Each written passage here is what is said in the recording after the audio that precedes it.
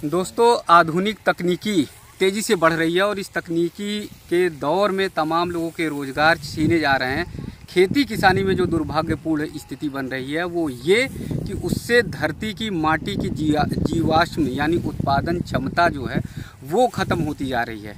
लेकिन ब्रज किसान एफपीओ ने एक नया प्रयोग किया है और अपने किसानों को स्वावलंबी बनाने के लिए और साथ ही खेती की माटी की जो उर्वरक शक्ति है या माटी की जो ताकत है, पोषक तत्व है, उसको बचाने के लिए काम किया है। एक ऐसी मशीन उतारी है जिसे रीपर कहते हैं और ये रीपर मशीन जो है कैसे गेहूं काट रही है उसको मैं अभी आप सबको दिखा रहा हूं।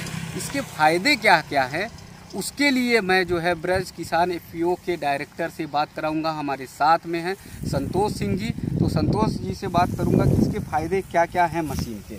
संतोष जी, बहुत बहुत स्वागत है। नमस्कार जी, मेरा नाम संतोष है। और पहले तो ये मैं देख रहा हूँ कि मशीन बड़े अच्छे से गेहूं को काट रही है। एक व्यक्ति है जो उसे हैंडल कर रहा है, बाकी वो साइड में कटती जा रही है। और जितनी दूर मैंने देखा वहाँ तक पहुँचते पहुँचते मजदूर को शायद 1-1.5 घंटे लग जाता, लेकिन मशीन जो है वो बहुत स्मूथली काम कर रही। तो इसके फ़ायदे क्या हैं?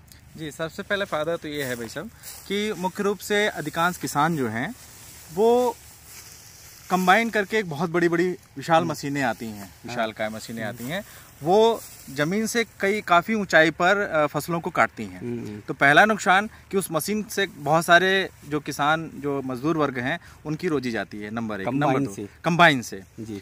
दूसरा, जब वो फसल अवशेष रह जाते हैं, ये भी मशीन है। हाँ, मैं उसी के बारे में बताना चाहूँगा। अच्छा। दूसरा, फिर उसके बाद में जो काफ़ी ऊंचाई से काटने की वजह से जो फसल अवशेष रह जाते हैं उन अवशेषों को किसान अधिकांशतः आग लगा के जलाता है।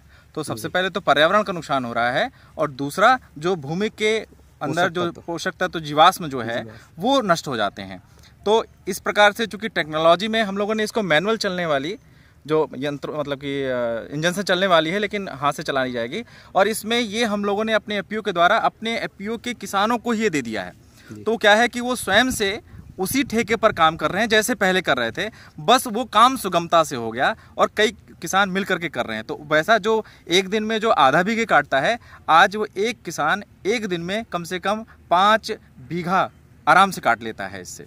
तो इस प्रकार से उनका जो आय होनी थी, आय भी बढ़ रही है और टेक्नोलॉजी का भी उपयोग हो रहा है। हाँ, एक पोषक तत्व जो माटी और जो माटी में जो जीवाश्म कार्बन जो जलाने से नष्ट हो रहा था, इस मशीन से काटने से जैसे सामान्य हाथ से काटते हैं उसी प्रकार से ये कटेगा, तो कोई माटी पर भी फर्क नहीं पड़ेगा। उसका कोई दुरुपयोग यानी उसका गलत प्रभाव जो है उसका, हाँ, उसका कुप्रभाव नहीं पड़ेगा माटी पर। अच्छा, दूसरा लागत इसकी कितनी है?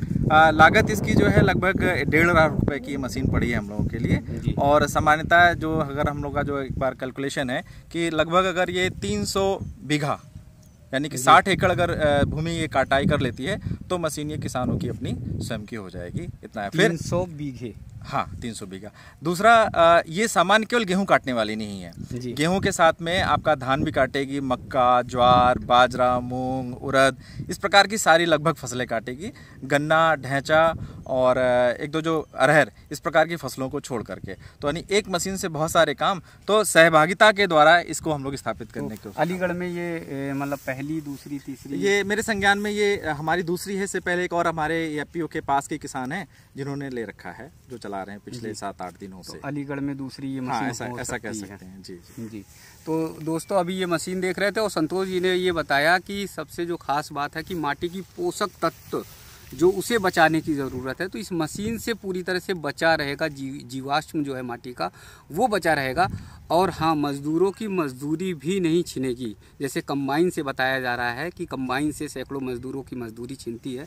और दूसरा, माटी को के जो पोषक तत्व हैं वो नष्ट होते हैं, वो इस मशीन से नहीं होगा। अलीगढ़ में ये दूसरी मशीन बताई जा रही है।